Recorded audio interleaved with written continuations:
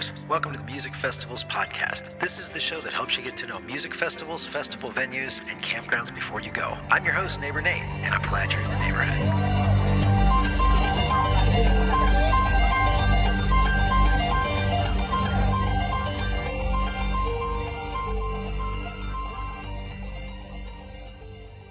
Hey, yo, neighbors. Welcome back to Season 2, Episode 23 of the Music Festivals podcast. This is the show that helps you get to know music festivals, festival venues, and campgrounds before you go. And as always, I am your host, Neighbor Nate.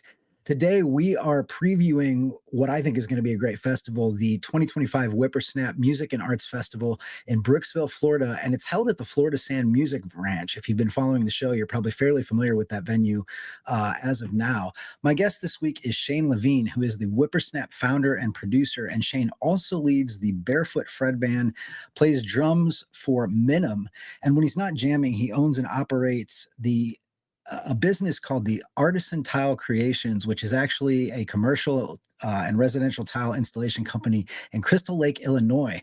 So Shane's a pretty busy guy. Thanks for joining the podcast, Shane. Thanks for having me. Yeah, this is cool. So I found out about Whippersnap while I was at Florida Sand Music Ranch for Sunshine Hootenanny Festival, and then we connected shortly thereafter.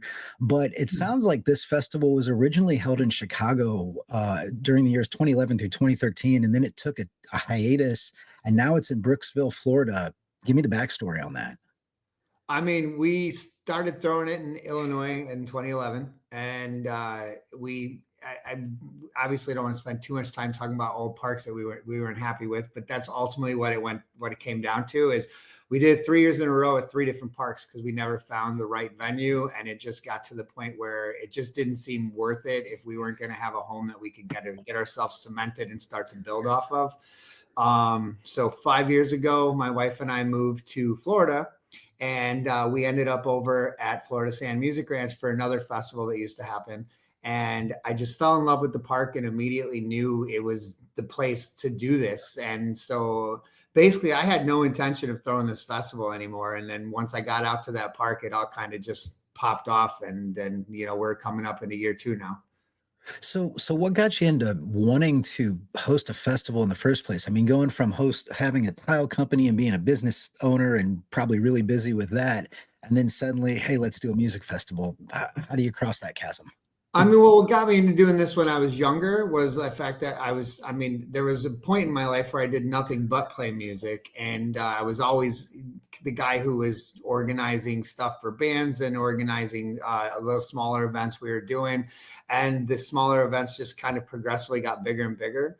Whippersnap started off as a party at my buddy's farm. He had a big barn and it was called Wagon Fest. And it was literally got to the point where the last year I did it, I'm like, I'm going to go to jail if I don't do this legitimately. And I had a hard time sleeping because I was like, are the cops here? I mean, it was just so many people. It was one of those, like it was, if you kept doing that, you're going to get in trouble. So figure the next logical step is to go legit on it.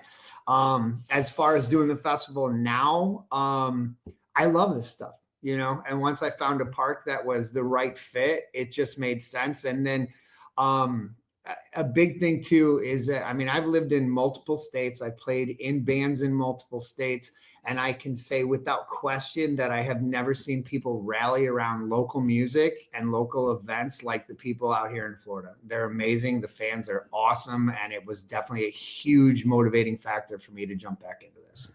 I've noticed that about the Florida music scene is that it is super tight knit, that the audience is there. There's a lot of even software platforms and technology platforms that help people find, what bands are playing where. I thought that was pretty unique. Real quick too, on the name Whippersnap, where'd that come from? You mentioned a name change. How did it get to be Whippersnap? That was pretty much like I was just flipping through a dictionary looking for names, and I came across Whippersnap, and I just immediately thought of like an old man yelling at someone, "Hey kids, get off my lawn, you whippersnappers!" Nice. We went with that. Yeah. That's awesome. That's fitting. So this is a 3-day music festival. It has camping, it has arts. It's held in February, and it's going to be this year from February 19th through the 22nd.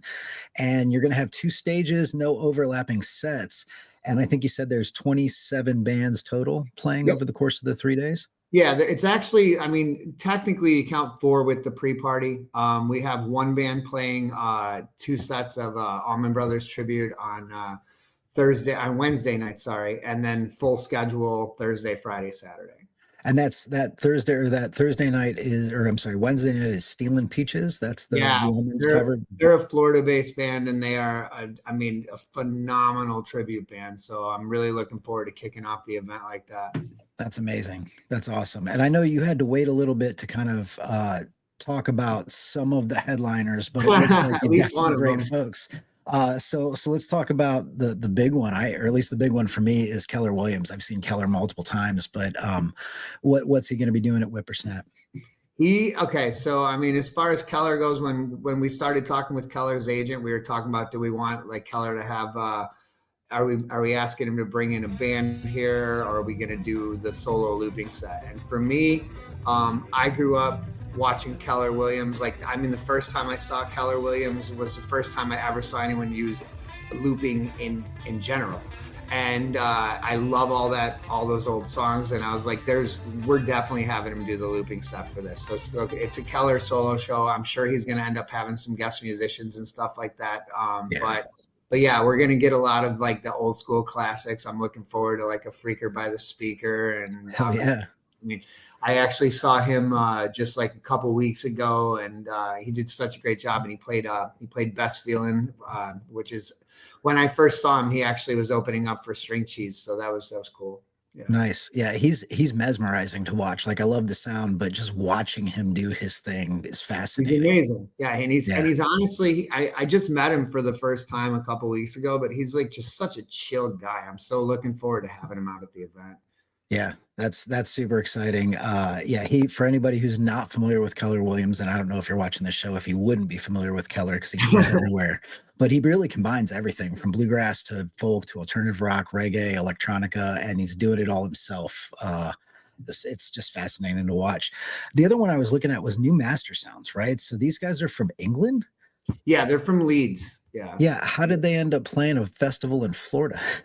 Because I wanted to book them. And Nice. so they're one of my favorite bands. They are, I mean, they're like they're four individually, they are some of the most talented musicians, period. But then when you put them together, it's just nasty to watch. And I mean, they've been doing this for 25 years, and we got them out for Whippersnap last year, and they had a great time. We really enjoyed having them out, and we talked about it and got them back out. So yeah, I mean, so looking forward to that because they absolutely crush. That band is so much fun to watch live. Yeah, it's fascinating too because the reach of this festival like really impresses me. So you've got Keller coming in, you've got New Mastersounds from Leeds, England. Polyrhythmics are Seattle based. Yeah. And they're kind of Afrobeat funk. Tell me a little bit about the Polyrhythmics and how they fit into the bill. I love funk music, and and I love horns. And I mean, Polyrhythmics has one of the tightest horn sections. They're again, all these bands are going to crush this festival. And I mean, and that's the fun part is like when you get through like the rest of the lineup, I mean, there's so much talent, whether you've not heard of them yet. I mean, there's a Spotify playlist we put out that if you want to check it, if anyone wants to check it out and listen to the bands, you can kind of familiarize yourself with everyone. But every single band on this bill is filled with just pro level musicians. They're pretty much all original music that you're going to be hearing. And I mean, yeah, I find every one of these bands impressive, and that's why they're on the bill. That's amazing. I mean, this kind of leads me into the real question is how, you've got a great creative vision for this festival with a lot of bands coming from all over. How do you balance that with the practical constraints of a festival, the location, the budget? How do you find the balance to be able to get what you want, get what attendees want, but also, make it to the point where it's actually doable? I mean, in some regards, it's like, obviously, like I guess the thing that's probably the most important is having connections so that you're not overpaying for certain aspects. Like, you know, I know we're going to talk about this, but like production's a huge deal for me. And I mean, we're working with Alex Schneider. He's the LD for the Disco Biscuits, and he's our head of production for the festival. And he's amazing. He cares so much about everything he does, and he works with us, and he doesn't crush us on pricing to get the job done.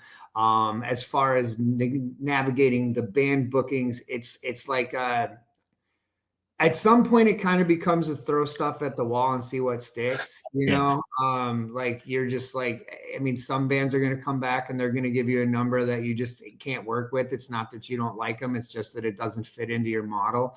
And then I mean, some of it is negotiations back and forth. I mean, yeah, it really is. It's kind of, I mean, when you're throwing a music festival, when you really break it down, you're negotiating so many individual contracts. And I mean, you do have to look at it from the eyes of a promoter, especially in an event like this. You do have to look at it like every one of those matters, you know, and you have Yeah. to, you can't just be frivolous with stuff. Otherwise, I mean, it's real easy to put on one of these events and end up paying money to do it. And it's not fun, you know? Yeah, there's been countless festivals in history that have come out in the negative, you know. Oh yeah. So I imagine that's a tricky balance to strike. You talk a little bit about the production aspect, and I know that's real important to you. And you can see from some of the pictures, the lighting just looks amazing. So, what's in plan for 2025? I know you talked about like projection lights on trees and lasers, and walk us through what Yeah, it's going to look we like. did some pretty cool stuff for this year. I don't know if I sent you a photo of the tree projection mapping or not, but either way, so what we got is, I mean, we have every bit of the lighting we had last year. We've added a bunch more lasers. We're adding LEDs through the trees on the walk between the stages. We have some just insane projection mapping that's going to be happening behind the second stage. The tree line is going to just make people's faces melt. And then we also have in the wooded camping area, we have another group of guys that are coming out, and they're setting up all their stuff, and it's more LEDs, it's more lasers, tapestries all over, giant inflatable mushrooms and stuff. So they're turning that Wow. into like a little electric forest. I mean, and then sound, I mean, our sound was really good last year, but we have essentially doubled the sound on both stages. So I mean, it's gonna thump this year. So I'm really excited about that too. That's awesome. Yeah, and when I was down there for Sunshine, it was the field, quote unquote, that I think there's a picture that's going to come up in a second on the scroll. Yeah. But the field was a giant lake. I was actually blown away when I flew my drone up. It didn't look like a flooded field. It looked like a permanent lake there. So you guys are working on that because normally that stage is out in what is typically the field. How are you managing that? I think that was it right there.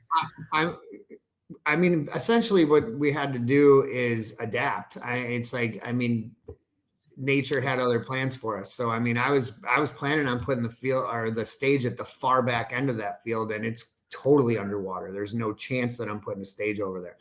But there is a good portion of the field that's dry in the front part, and we've got our spot already picked out. We've picked our spot for the fire pit over there. So essentially, we're just switching locations. I think the biggest drawback for like the field really being underwater is that we we lost a bunch of space for people to bring boondock RVs.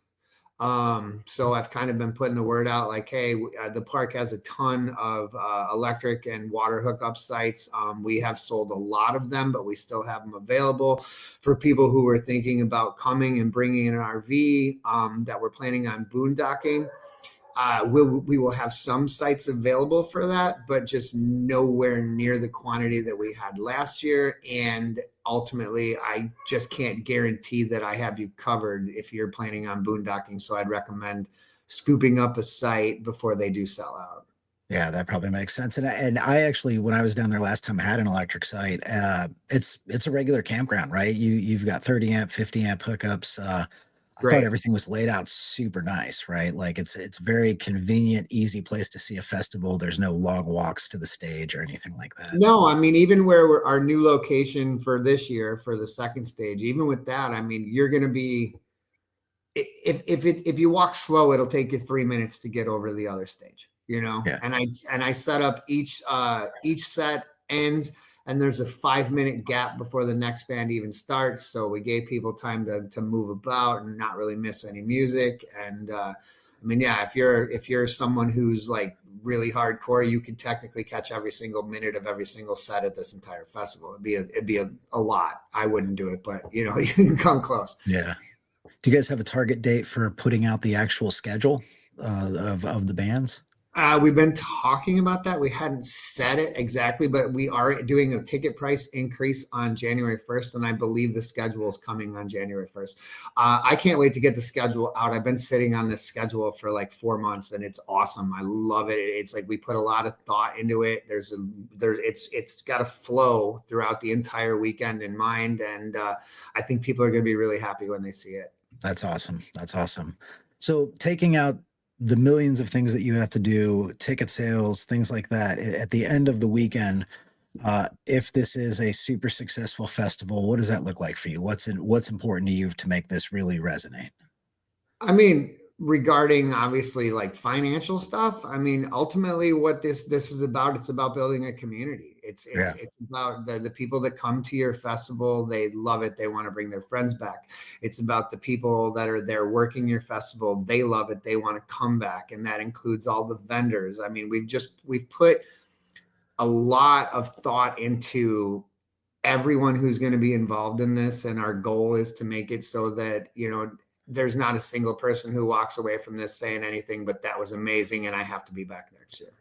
That's awesome. Yeah, I'm excited to get down. I'm excited to get back to Florida Sand because it is just an amazing venue. I think it's one of the hidden gems in that area of Florida. It really absolutely is. And you get that obviously not like the coastline, but you get like the middle Florida feel. Like you get the live oak trees and the Spanish moss, and it's just a really beautiful park. And it's well set up again with all the RV sites. And it's nice to go to like a music festival where, I mean, we have porta-johns, but we don't have to have many because there's so many flushing toilets out there. There's actual bathrooms. There's shower houses. I mean, you have amenities.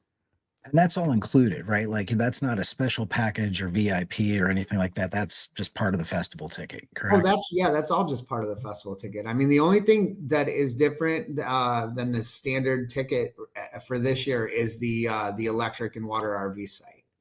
Yeah. And then we do have like a VIP RV package available for people that don't have an RV. And I mean, we will supply the RV. We supply we refer to it as the VIP runner. So if you have a grocery order that you want, as long as you put the order in by noon each day, we have someone heading down to pick it up and bring it back for you. And it comes along with a merch pack and a limited edition poster and stuff like that.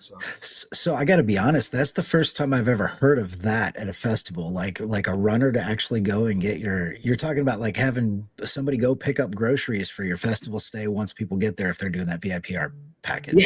Yeah, that's exactly it. I was like, people, I mean, we were trying to think of things we could do to make it so like the people who take this package are going to feel like comfortable and special, right? And I think one thing for me would be like, if I was like, okay, we need more of this, and this, and this, and I don't even have to leave, and it just shows back up at my door at my RV that got delivered for me too, then yeah, that's a pretty nice setup, I think, That's fantastic. And that's a great perk. I know that like everybody's always looking for what adds value to the VIP package. And it's typically here's a poster and here's some, swag or whatever that is. But that little bit of convenience to let you enjoy the music and the experience a little bit more. That's awesome, dude. That's sweet. Right on. Thank you. So the website is whippersnapfest.com. You said tickets are going to increase as of January 1st, correct? Yeah, they are. And then they'll be at that tier until we get to the gate. Okay. So if you are interested in the Whippersnap Festival, definitely make it over to the website. Check it out. There will be links in the show notes to this. But yeah, I'm excited about the festival, and I really appreciate you kind of giving the preview of this because I think it's going to be a good year for you guys. You got a great lineup. Thank you. I appreciate you having me on. Yeah. Thanks for joining, man. Right on. So I'm clearly very excited for Whippersnap. It's going to be an amazing festival, and Shane really has put a lot of effort into making a really interesting musical mix on this festival. It's going to be off the chain. So thanks again for tuning in this week. I appreciate each of you. There's over 3,500 of you now that are in the neighborhood for Music Festivals podcast, and that's between YouTube and Facebook and the email newsletter. So the neighborhood just keeps growing and growing. And if that is you, if you are one of those people, please take a few minutes to do me a solid and rate and share the show wherever you're getting it, whether it's the audio podcast or YouTube or even during the newsletter. If you are not a camp neighbor and you like what you're watching, if this is your first time tuning in, head on over to musicfestivalspodcast.com and make sure to subscribe on your favorite platform. The big ones are Apple and Spotify and YouTube, and there's a few others. If you do want exclusive access to things like discounts and coupon codes for camping products and festival tickets and more, make sure to sign up for the newsletter when you're on the site. There's a box right on the homepage. You can put your email in there. Nobody's going to spam you or anything, but it is going to give you access to some of the stuff that our email newsletter subscribers get. And keep a watch on musicfestivalspodcast.com for ticket giveaways and contests. We have some coming up from DW Presents, has helped us out with some tickets to Incarceration, which is a metal and tattoo festival at the Mansfield State Penitentiary in Ohio. We're also talking with Cave Jam 2025 that's going to be down at the Caverns in Tennessee, and the Bonfire Entertainment folks have hooked us up with some passes to Winter Wondergrass 2025 that's happening in Steamboat Springs in February. I will be out at that festival right after I'm down in Florida for the Whippersnap Festival. Make sure to tune in next week. I'm actually talking with the Fretliners, who are going to be one of the killer bands playing at Winter Wondergrass. So I'm very excited to talk with them. And I'm going to leave you with a cool video this week. So since it makes perfect sense for this episode, I want to leave you with the recap video that Shane was able to give me from the 2024 Whippersnap Festival last February. If you are only listening to the audience or the audio, this is going to sound like a performance break. So make sure to head on over to YouTube if you want to get the visuals. But this is going to give you a preview of what Whippersnap's going to look for. As always, I'm your host, Neighbor Nate, and I sure do appreciate that you tune in next week. And I hope to be your camp neighbor very, very soon.